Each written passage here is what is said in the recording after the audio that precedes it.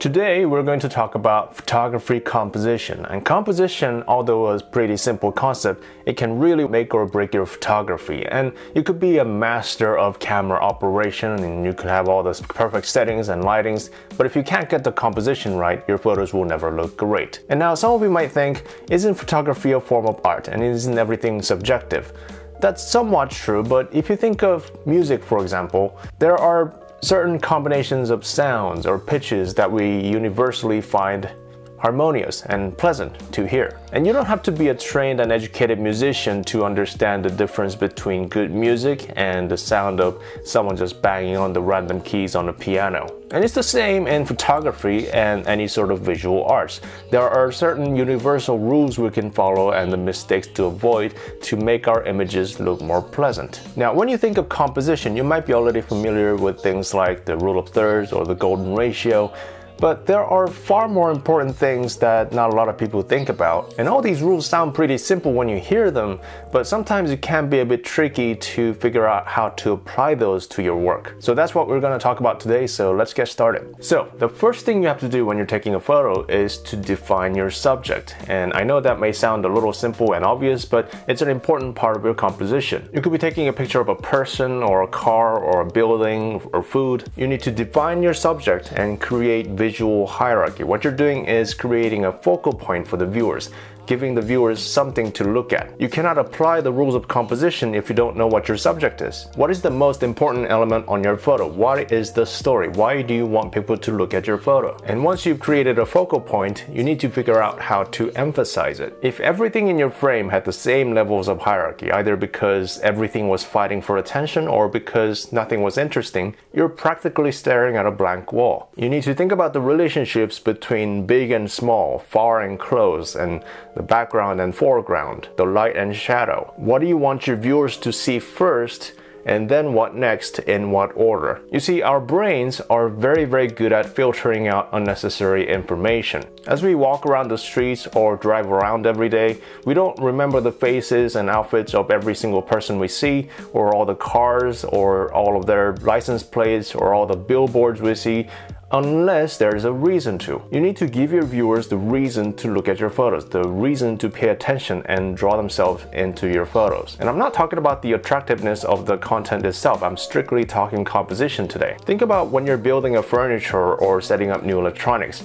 People react positively when things are intuitive and simple. Your job as a photographer is to do all the hard work before you take the photo so the viewers won't have to when they're looking at the photo. Your viewers should be able to figure out quickly and intuitively what they're looking at and why they're looking at it. Now, there are many ways to create a focal point so you can attract your viewers' attention to your subject. The most obvious one is the camera's focus. Obviously, if you want your viewers to look at your subject, then your camera needs to be focused on it. You can also use lighting to create higher contrast. And also human figures or faces can be very powerful focal points in your photos. Our human brain likes to draw its attention to shapes that are easily recognizable, and there are no shapes more familiar than human figures. When we see people and their actions and facial expressions and body language, we instantly connect with them. Based on how you portray human figure as your focal point and what they're doing, which direction they're moving to, their facial expressions and their body language, you can tell many different powerful stories. And also you can use color and different levels of saturation to create your focal point. And this is a technique that a lot of painters use throughout the history. And in photography, we may not always have the ultimate control over color, but sometimes people do some interesting stuff in post. And you know, if you don't know what you're doing and if you don't do it right, things can look very outdated and unnatural. But within certain acceptable range, it can be a very powerful tool. And also you can use the size and distance to create your focal point. In most cases, if you want people to pay attention to your subject, then the subject has to be the closest element to your camera. But sometimes you can use some foreground elements to frame your subjects. So the main simple goal here is to make your main subject more important and prominent on your photo than anything that's not important. And last but not least, you can use geometric shapes or leading lines. Like I said, our brains like intuitive images.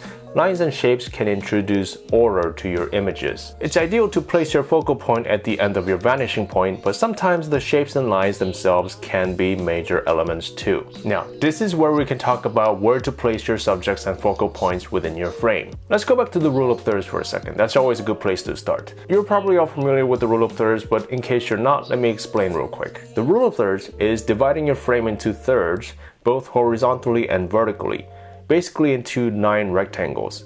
And then, you obviously don't want to place your subject too close to the edges and corners because that makes them look unimportant. And instead of placing them right in the center, which can make the photo quite rigid and static, you place them around these 4 crossing points, which makes the photo more asymmetric and dynamic. With the rule of thirds, you're using 1:2 ratio, and with the golden ratio, you're using 1:1.618. You might have heard of the Fibonacci sequence, and I won't get into that here, but just know that you don't have to be super accurate with the numbers because you will never be, but just focus on how to make your images look good. Sometimes you do need to center your subject, but even then the rule of thirds still applies vertically. If you place the person's head right in the center or below the center line, it can make them look like they're drowning. You still need some breathing room at the top, so putting them too close to the top can also have negative effects. So you want to place them somewhere around the upper third line to make them look more comfortable. Symmetrical compositions can portray stability and balance.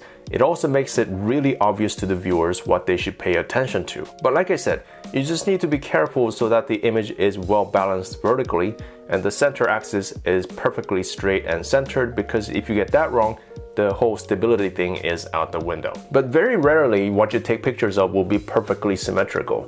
It's not just a matter of placing your subject in the center, the surroundings will be always different, so that placing the subject in the center can actually make things look unbalanced. Centered compositions have a very small wiggle room for error, so when it's just slightly off, it can look like a mistake, which becomes a big distraction, and also, like I said, you don't want to get too close to the edges. So the rule of thirds and the golden ratio can provide a relatively large safety areas for your focal point, which makes the overall image more pleasant and comfortable. Like I said, don't focus too much on the numbers and just make your best judgment. Another thing you might want to think about is the direction of movement. Portraying movements can provide a sense of time to your photos.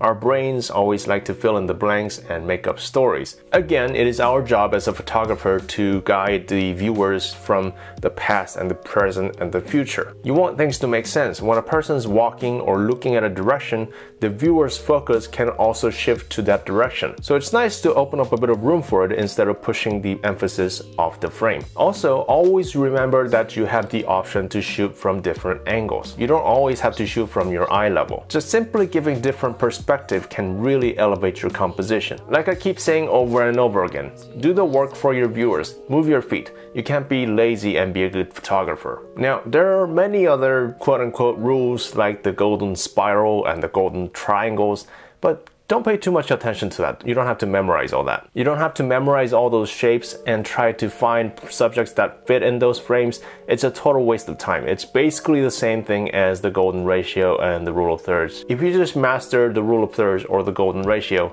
you can get pretty far. It's all the same thing. With the rule of thirds and the golden ratio, the key word that you have to remember is ratio. 1:2 or 1:1.618. You don't have to be exact because you will never be. And like I said, as long as things are not centered, you have a pretty big wiggle room. Instead of relying too much on the numbers, what you have to focus on is balance. Sometimes, especially when you're shooting landscapes, I found that using the 1:2 ratio of the rule of thirds can be a little too harsh and extreme. So that's when you can shift things a little bit to closer to 1:1.1618, and the composition will feel a little more balanced. So think about all the unconventional ways you can use to place your subject and crop them. This is how the interpretation of the art of photography can be subjective. This is how you can make your image your own. So don't be afraid to break any of these rules intentionally to get the results that you want. But in order to do that, you obviously have to know the rules first, otherwise things will just look like a mistake. You want things to look intentional. So that's it for me today. I hope this is helpful, and as always, leave me any comments and questions you have and I'll try to get to them all. And thank you for watching, and I will see you next time. Bye bye.